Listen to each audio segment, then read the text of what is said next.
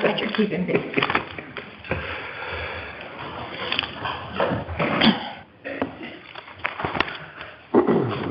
Greetings. Guess we have a couple of minutes.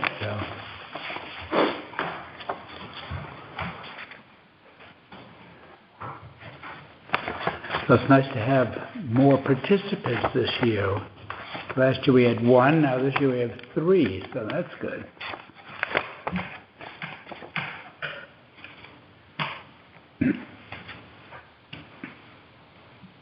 Can I read just about Yeah.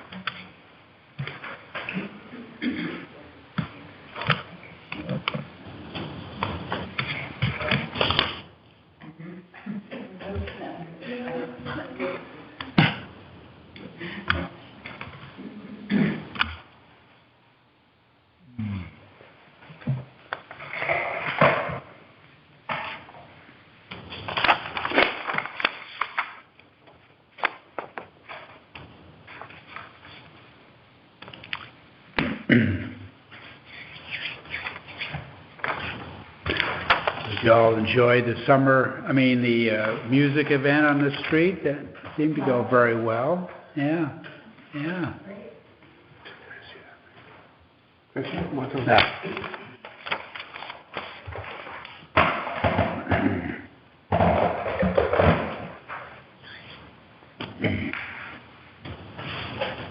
Couple minutes. Yeah.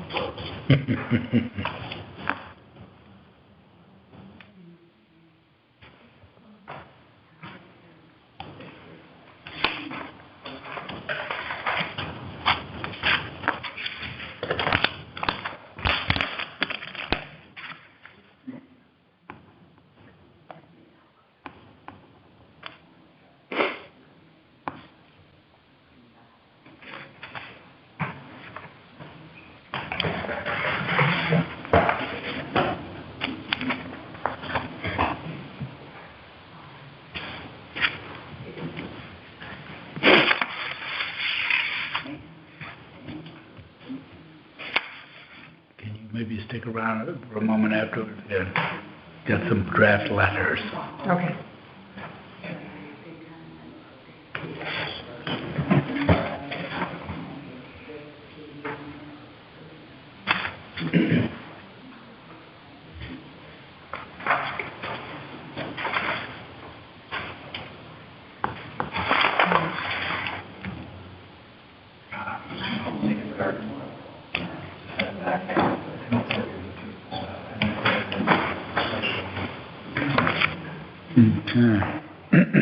This is an annual thing? Pardon me? This is an annual? Yeah.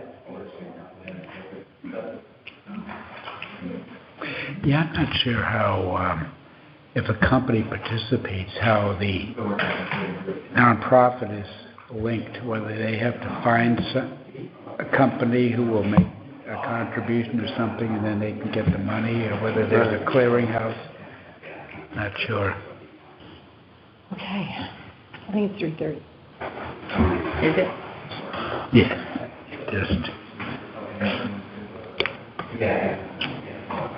All right, we're ready to begin. We'll call the public hearing for the Neighborhood Assistance Grant Program to order.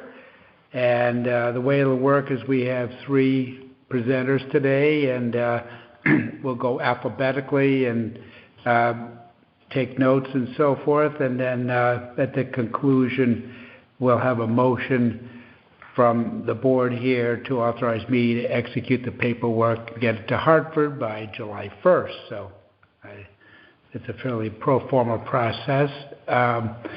So just, I think for the benefit of the Selectmen, the instruction indicates that corporations in Connecticut can contribute funds to designated purposes, and then the nonprofits can enjoy the benefit, not directly of those funds, but they can get funds from the state of Connecticut, I believe, and the business gets a tax credit, and then the nonprofit gets the money, and then the business makes the contribution. I'm not sure how the link works actually between a company that donates. I don't know. Do you guys, when you've done it before, have you gotten? Is there a direct link between you and a designated corporation so that it's not a pool of money and you have to find your own donors that are eligible, and they make a contribution to a designated thing, and then you're linked that way, right? They make the contribution directly to us, I believe, and then they take the tax credit. They file it. Simple Oh. and then they get the tax credit. Okay. Because it talked about a donation to an open space acquisition fund, which the town has, energy conservation projects, which I think you all have done. So I didn't know. There's more in the back. Yeah, it goes on and on. Yeah. But anyway, we will go through. I don't think we need a long-winded discussion, but you can just touch on your application. So, first up is High Hopes. So possibly you could come on up and just, if you both want to be present, you may. Do we speak to the group, or do you want us in the microphone? I think, yeah. The microphone? Okay. Well, you can have a seat. Okay, Sure. great. Yeah. Now, do you want to? Okay, all right. You're it. So I'm Kitty Stahlsberg, Executive Director of High Hopes, accompanied by Margaret Mummer, our board chair. And our request is for $20,000 to support our One Health initiative, which is to serve up to 40 individuals within Old Lyme, our direct community impact. And it would be for individuals with identified special needs, youth at risk, and those suffering from various mental health issues, anxiety, depression, and otherwise. Our primary mission at High Hopes is to improve lives through the equine interaction services that we provide. That may be mounted activities, unmounted, carriage driving. The One Health initiative focuses on developing the interconnectivity through horses, animals, humans, and the environment. And these funds will be used to provide direct financial aid and assistance to enable to ensure that financial means is not a barrier to participation. How many students did you say? We're estimating 40. We work with both the school district, but we also have experiential field trip opportunities, as well as we're open to those, a wider population. And as we've done in the past, collaborative opportunities with other social service agencies in town. So Kitty, is this your first year? This is our first year, yeah. And also there is a veterans program as well. There is? Yeah. Yeah. Okay.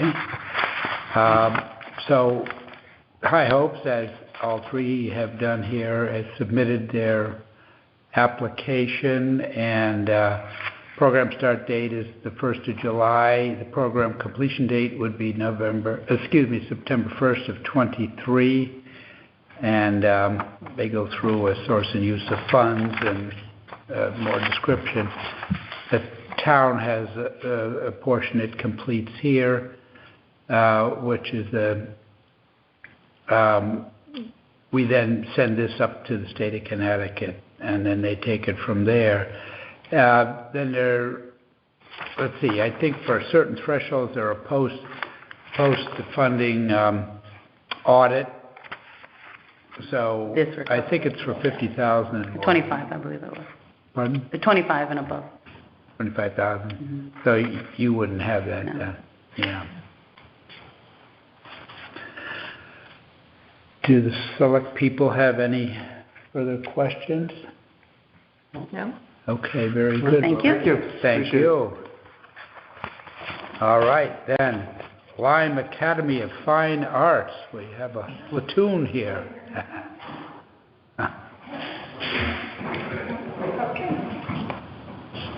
Good day, good day. Hi. Hi, how are you? I'm Maura Roan, the Executive Director for Lyme Academy of Fine Arts. This is Daniel Nishon, he's Operations Director. And we're joined with Will Alec and Russell Rushmeyer, who are Board of Trustees, as well as Tim. Yeah. So we are here today seeking funding to hire a qualified architect and engineering firm to help provide drawings for the restoration of the John Sill House on the property. The John Sill House, back in 2009 and again back in 2012, lots of problems were identified, but the work was never done to restore the building. And so we have now started the process of identifying what the concerns are today and how we can restore the property, especially the envelope, which has become considerably deteriorated since that 2009 and 2012 identification of the problems. We use the property currently for community outreach.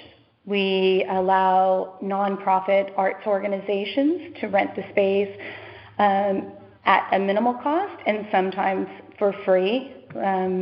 We've had, I think, 9 shows in total. Lyme Youth Services Bureau does their annual statewide, their Region 18 show. Shoreline Arts Alliance for both their images, which is a photography exhibit, and the statewide youth art show. We have Connecticut Academy of Fine Arts moving in a show today, or this week. And then, let's see, who else? An exhibit for Ukrainian relief. No, yeah. Ukrainian Shriver. Relief, which is the Shriver, so just a community party that was interested in doing a fundraiser for the Ukraine. And then we also had New Haven Paint and Clay. And so we like to keep we have another Pat Smith, who is another local resident, who will be having a show there as well. So it's a way in which we can bring the community in and give them free gallery space. So these have been done at no cost to the... Yes, if no cost, minimal cost. Yeah. So in many of the organizations report that if they didn't have this space, they wouldn't be able to hold their shows, given the cost of renting other spaces. So how much are you asking for? We're asking for $125,000.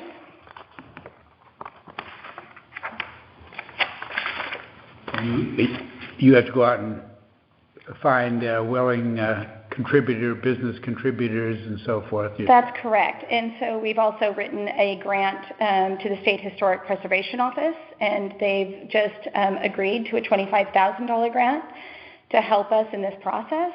That'll be a planning grant. How much does 125 think will actually go to the repair part of? So the $125,000 would help us get all of the construction documents. It will not be the actual repair. The repair project will be probably close to the $1.5 to $2 million range. And how do you plan to go about funding that? So some of our own endowment, and then also there are grants available that from the State Office of Historic Preservation. And when they had their hearing about the $25,000, they said that they were really hoping that we're going to apply for their grant. I think the maximum there is $225,000, and then there are some federal tax initiatives that we could go after as well. Okay, great.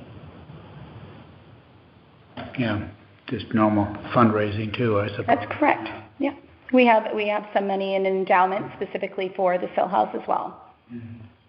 What's your goal as far as time frame?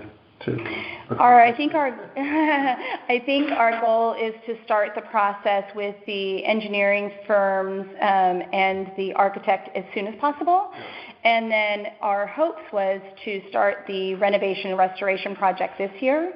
That is still a hope. It's the timeline of what we can live up to. But as soon as possible. We have a roof that needs repair. We've already started the repair work on the dilapidating the chimneys. Yeah. So we've taken all the bricks down. They were falling. And so people said that it was a hazard. So we had someone take them down.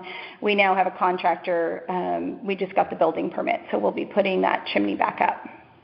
Okay. Now, is the building a National Historic? It is on the Landmark? historic registry. Speaking of the state historic preservation, if that's a National Historic, they might be, maybe that 225 is part of that, but they do have grants that if you put a conservation easement on the building, I heard a different presentation where there might be grants and other things with that easement that would be available. And I think it even would apply to outbuildings that would, if the breezeway, the back section might be eligible as well. So maybe you've had that discussion with them, but I think if you were to go the easement route with them, it makes it more restrictive to do things to the building. I mean, sometimes... For the use. Yeah, sometimes the designation is more honorific, but if you move toward the easement, then you have requirements, but your doors are open for grants and other things. So great. You'll probably hear more about that from them, hopefully. Wonderful. All right. Do you have any other questions? Splendid. Thank you so much. Thank you. Good. All right. Can't wait to see it. Have a wonderful day. And our perennial favorites here.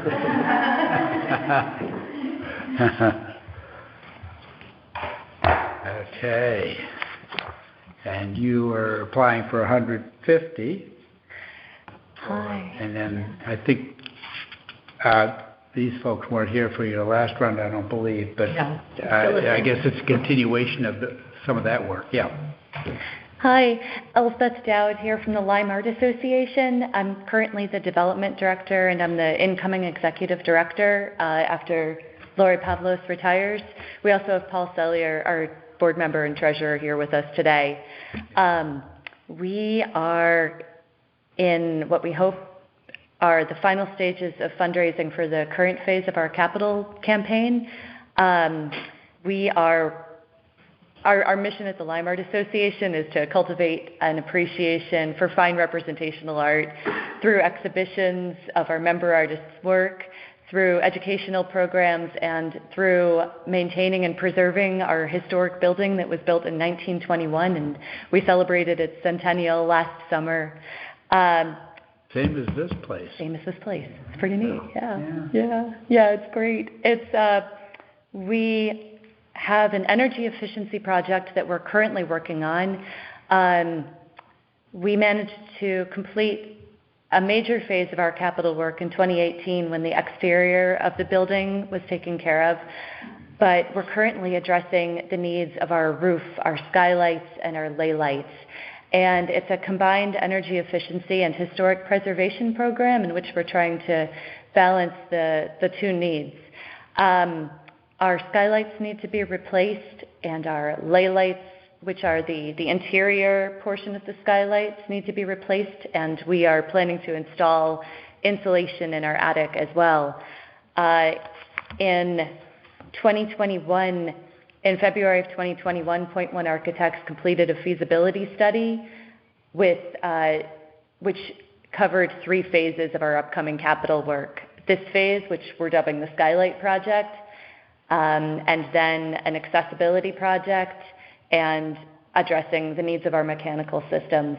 And we have been working for the past several years to raise funds for this portion, for this phase of the project, for the Skylight project, and the Neighborhood Assistance Act has contributed to that fundraising, and we've greatly appreciated the support we've gotten from several corporations. Excellent. And we remain eternally optimistic that we will perhaps find a corporation willing to put in a little bit more, and so that is why our number remains that high. We feel it is an appropriate number given the scale of the project, which will cost, this phase will probably cost about $480,000. Oh, for the roof skylight and lay light? Yeah.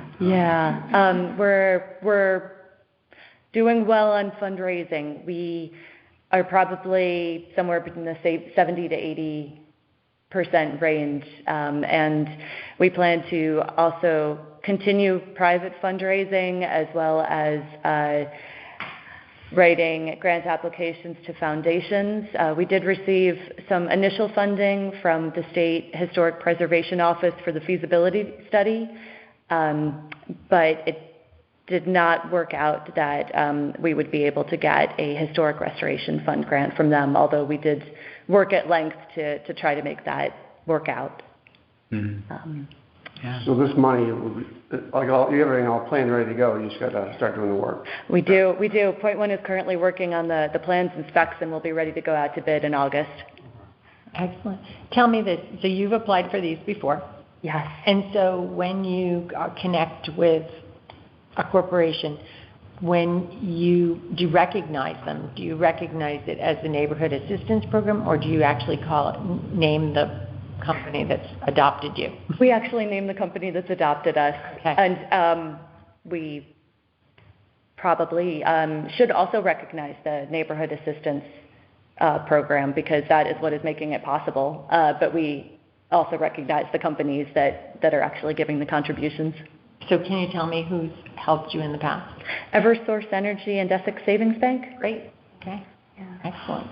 Now, do you have to have a certain threshold to do the roof, or can you do it piecemeal? We can stage the project. Replacing the skylights, which will go along with roof replacement, is our number one priority, because every time it rains, we notice more drips, and so that we need to go ahead with that as soon as possible.